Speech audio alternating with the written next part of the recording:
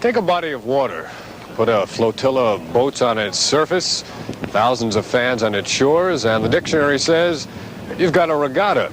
But the Henley Royal Regatta here on the Thames River under rainy skies in England is more than just a collection of ingredients. Henley is 140 years of tradition. That makes this regatta so much different than all others. It's different in its fans, its fashions, its format, and its formality. Twice Henley has hosted the Olympic Games, yet today it does not even conform to international rowing standards. But it is still recognized by those groups, and it remains the most unique rowing event in the world. It's been the dream of every man who's ever sat in a shell or pulled an oar to come here to Henley and row. And that dream has finally been realized this year by the Syracuse University crew teams. And like all success stories, a lot of hours of work and dedication have gone into it. And for that side of the story, let's go back across the Atlantic to Jim Rose. The Henley Challenge started on this side of the Atlantic. All the hard work, the stress and strain, the long hours of practice in all kinds of weather started here on Onondaga Lake. Preparation for the Henley Challenge began in earnest on March 14. The 9-man crew of Orange Pack 1 had the English trip on their minds from day one. On the first day of the IRA regatta, it looked like their dreams would have to be postponed. SU finished second. And in the repechage, the next day, Syracuse finished second again behind Northeastern. But on the final day, the Orange men would not be denied. Said they were the fastest, and they're proving it now, coming out of the repechage. Syracuse by a length and a third. Syracuse is racing first. This has not happened in 58 years. The Syracuse varsity crew team of Bill Sanford, they are going to win this 1978 IRA championship. It is going to be Syracuse first, with Brown second, a battle between Northeastern and Pennsylvania for third, and there it is. History as Syracuse wins, and Brown takes second, Northeastern. The Henley Challenge, a 9 sports special, is sponsored in part by the Bank of New York, by Carrier Corporation, and by Faye's Drugs. The Henley Challenge, with sports editors Dave Cohen and Jim Rose, will continue in a moment.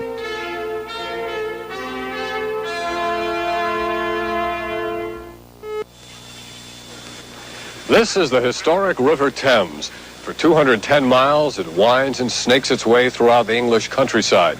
But here at Henley, it's straight as an arrow for 1 mile and 5/16. And since 1839, the greatest crews in the world have come here to prove their worth in this most traditional of all rowing settings. The first recorded race at Henley on the Thames was between the colleges of Oxford and Cambridge in 1829. 10 years later, town's fathers got together and decided a yearly regatta would, in their words, be a source of amusement and gratification to the neighborhood and public in general.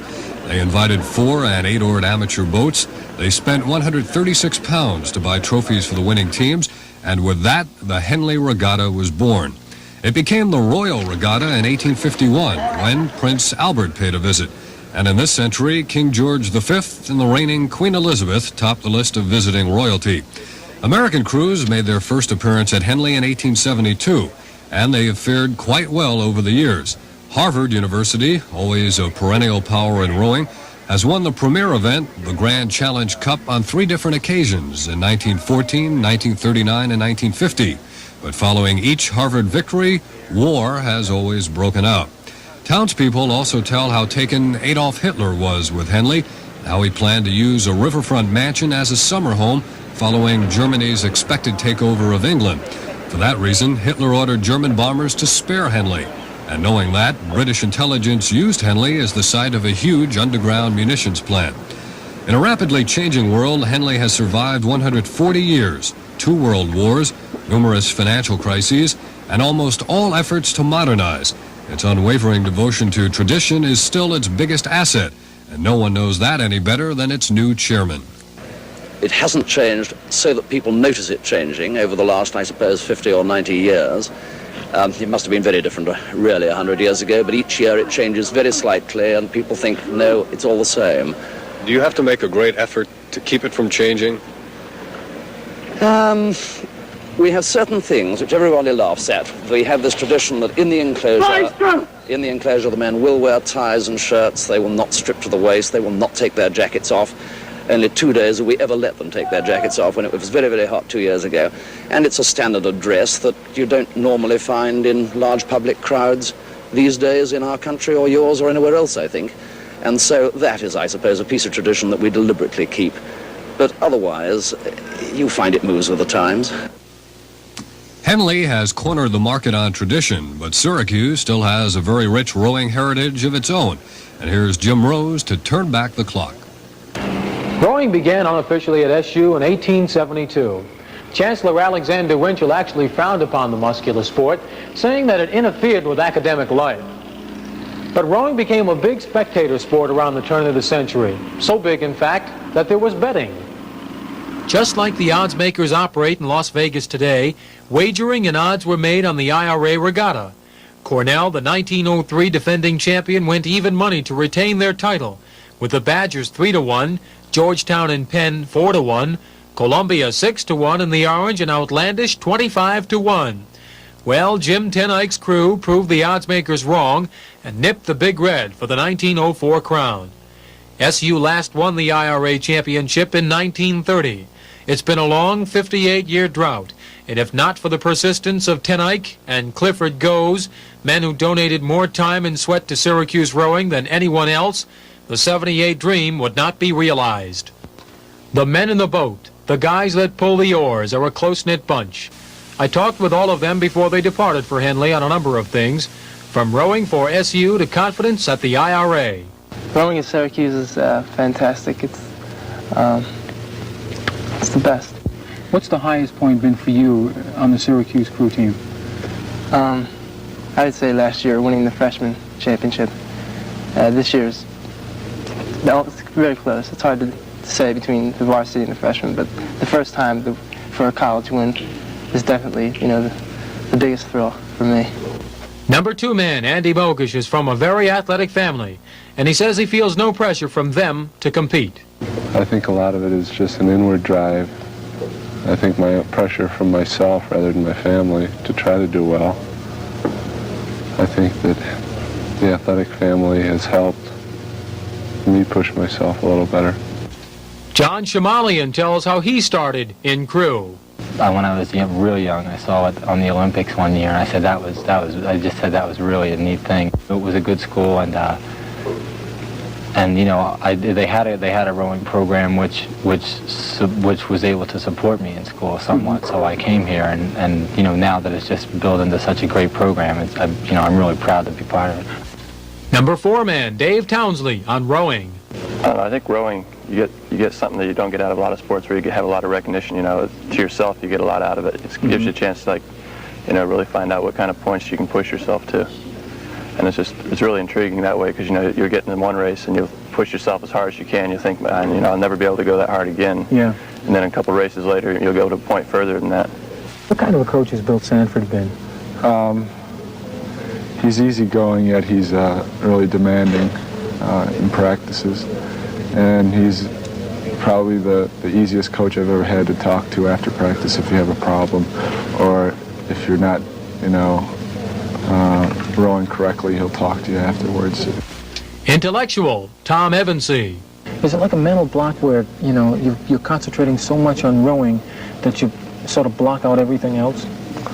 There's two different theories, associative and dissociative. Some people like to think about something that's not related at all. Like think about being out in the field somewhere, laying on their backs, and not think about rowing, and maybe that'll help them get through. And then the associative people like try and think about, pistons or something, or just rowing and just trying to get your legs down and something like that. And that, I think that's better. That helps you a little bit more. Crew recognition is not that great, but that doesn't bother Bill Reed. I think if you get the recognition from your parents and friends, and it's usually enough for crew. You get used to not having the big crowds and stuff, and it's just a thing that's part of the sport, I guess. Art Sibley talks about the critical stroke position. I look forward to stroking a boat. I've been doing it for the last 3 years that I've been rowing. I did it in high school, and I don't know, I feel like I can perform pretty well in that position. Coxswain Ozzie Street was confident before. during, and after the IRA victory. If you don't have confidence that you're going to win, you never are going to win. And I really felt that we had a strong boat, and if we just rode a good, strong race, we were going to do well, and we were going to win, and we did. What did you say to the crew as you were swinging into the start line for the start of that last race on Saturday, June the 3rd? Two different things. In my mind, I was thinking one thing, but I was telling the guys just to keep calm and keep cool, you know, to just go through the race and just row our own type of race.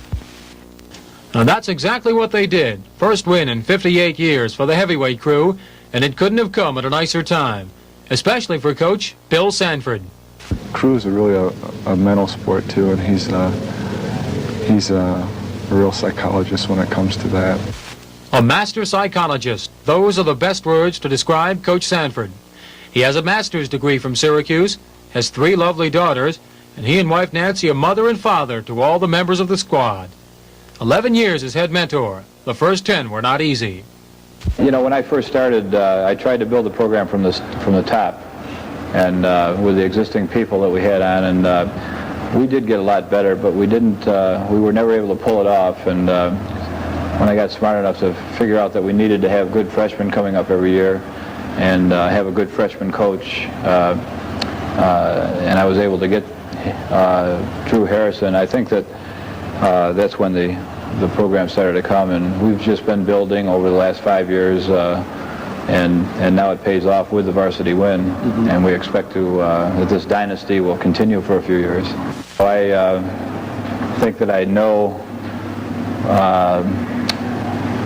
what moves a boat and how to move a boat. The thing that I always deal with and have a lot of, I feel a major part of the program is the psyche of the men, and also because of the close relationship that we do have, and we live with each other for so many hours and days and weeks of the year. The IRA championship, of course, that's something that I'll never forget, and I'll probably ride it all the way through next June 1st when we have to win that thing again.